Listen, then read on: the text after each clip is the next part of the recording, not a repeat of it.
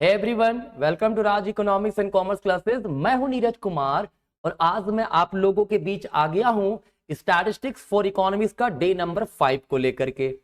आपको पता होगा रेगुलर बेसिस पे मैं वीडियोस अपलोड कर रहा हूं स्टैटिस्टिक्स का, मैथमेटिकल इकोनॉमिक्स का एंड इकोनोमेट्रिक्स का, ताकि आने वाला यूजीसी नेट इकोनॉमिक्स के एग्जाम में आपको हेल्प मिल सके, गेट इकोनॉमिक्स के एग्जाम में हेल्प मिल सके, सीयूटी पीजी के एग्जाम में हेल्प मिल सके, इवन जो भी स्टेट लेवल एलिजिबिलिटी टेस्ट का एग्जाम होता है, सेट का एग्जाम होता है, उसमें आपको ये काफी हेल्प करेगा। ठीक है, अगर अभी तक आपने चैनल को ज्वाइन नहीं किया तो ज्वाइन का ऑप्शन भी ऑन है, आप ज्वाइन कर सकते हैं मैथमेटिकल इकोनॉमिक्स और स्टैटिस्टिक्स के लिए, डिटेल वीडियोस के लिए, राइट।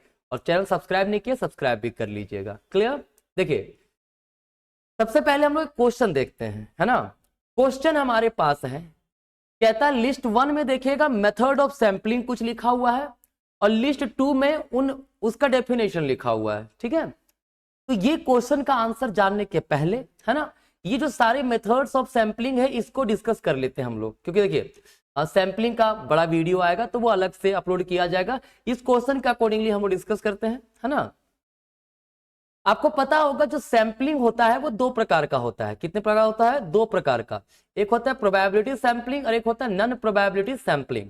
क्लियर है। जब हम लोग प्रोबेबिलिटी सैंपलिंग की बात करते हैं तो इसको हम लोग रैंडम सैंपलिंग भी बोलते हैं। क्या बोलते हैं इसको हम लोग?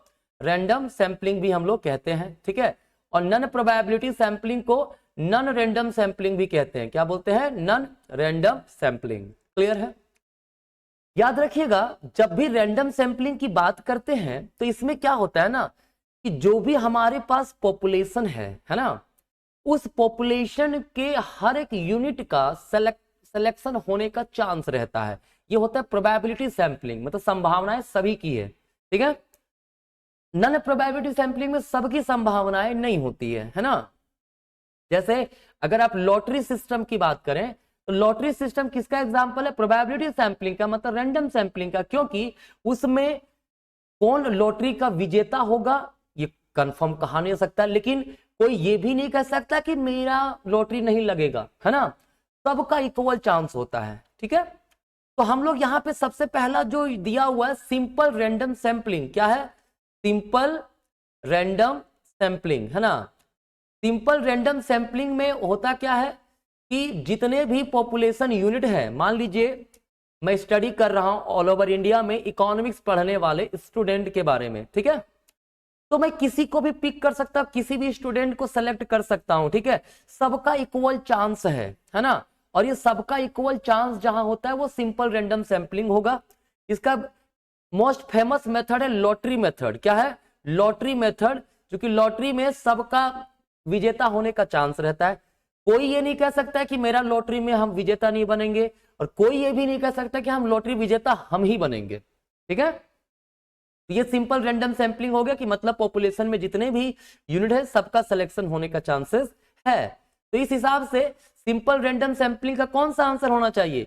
Option number B. देखिए तो ये ए का है, ये ए का हो गया ना, equal probability of each item in all trial. ठीक है, ये किसका हो गया? सिंपल रैंडम सैंपलिंग का। ठीक है, दूसरा सिस्टमैटिक सैंपलिंग। देखिए सिस्टमैटिक सैंपलिंग में क्या होता है, एक सिस्टम के तहत सैंपलिंग करना है। ये भी रैंडम सैंपलिंग का ही पार्ट है। ठीक है, ये भी क्या है?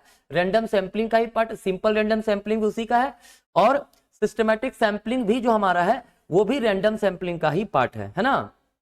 इसमें क्या है, मान लीजिए कहता है कि 100 स्टूडेंट है। कितने स्टूडेंट है? 100 स्टूडेंट है। सबको नंबरिंग दिया गया है 1 से लेकर के 100 तक।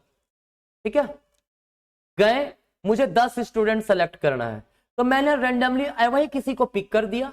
जैसे मान लीजिए जिसका नंबर, जिसको पिक किया मैंने रैंडमली, उसका नंबर 4 था, तो मैंने क्या कहा, अब हर 10th पर्सन जो है, हर 10वां व्यक्ति जो है, 4, 14, 24, 34, ये सब नंबर जिसका है हर 10th नंबर वाला जो, ठीक है, उसको सेलेक्ट कर लेना है। ठीक है, मतलब पहले क्या किया, पहले रैंडमली सेलेक्ट किया एक को, उसके बाद एक सिस्टमेटिक मैनर में मैंने बाकी को सेलेक्ट किया। ठीक है, तो ये जो तरीका होगा इसको बोलते हैं सिस्टमेटिक सैंपलिंग। क्या ऐसा आंसर कहीं दिया हुआ है सिस्टमेटिक सैंपलिंग के लिए? देखिए ऑप्शन देखिए 3 में है random selection of first item का रैंडम सिलेक्शन करेंगे and systematic of the rest. तो ये हमारा ऑप्शन नंबर बी का हो जाएगा। ठीक है, बी का कौन सा होगा? Third number. क्लियर। अब है कोटा सैंपलिंग। देखिए कोटा सैंपलिंग में क्या होता है ना, जैसे मान लीजिए हमारे पास एक पॉपुलेशन है, ठीक है, 1000 स्टूडेंट का पॉपुलेशन है, कितने स्टूडेंट का, 1000 स्टूडेंट का, ठीक है, जिसमें ऑब्वियस सी बात है मेल होंगे कुछ स्टूडेंट और कुछ स्टूडेंट मान लीजिए फीमेल होंगे, ठीक है। तो मैंने क्या किया, मेल को एक अलग पार्ट में बांट दिया, फीमेल को अलग पार्ट में बांट दिया, ठीक है, मतलब दोनों में म्यूचुअली एक्सक्लूसिव है, दोनों म्यूचुअली, दोनों में कोई कॉमन चीज तो नहीं है, मेल अलग है फीमेल अलग है, ठीक है ना, क्लियर। मान लीजिए मेल नंबर ऑफ स्टूडेंट 300 है, ठीक है, और फीमेल में हमारे पास कितने हैं, 700 स्टूडेंट है। मुझे सैंपल साइज चाहिए, क्या चाहिए, सैंपल साइज चाहिए, कितने का चाहिए, मान लीजिए 200 का चाहिए, कितने का चाहिए, 200 का, ठीक है।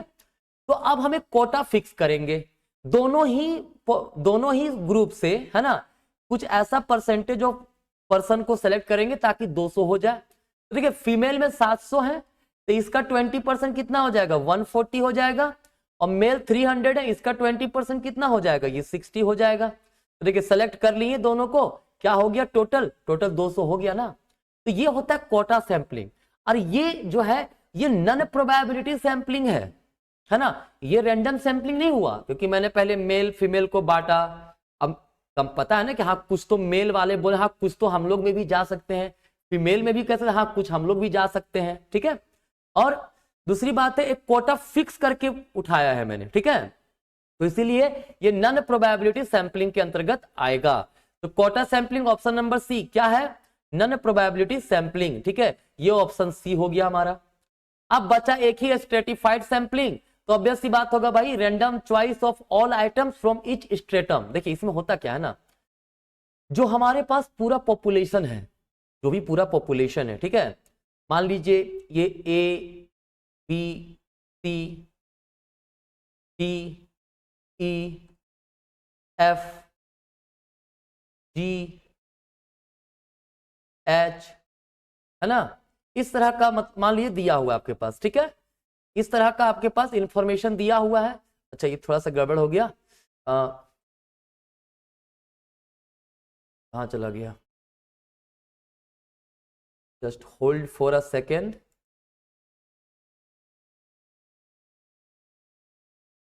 हाँ ठीक है, तो देखिए क्या हुआ, मान लीजिए इस तरह के लोग हैं यहाँ पे, है ना।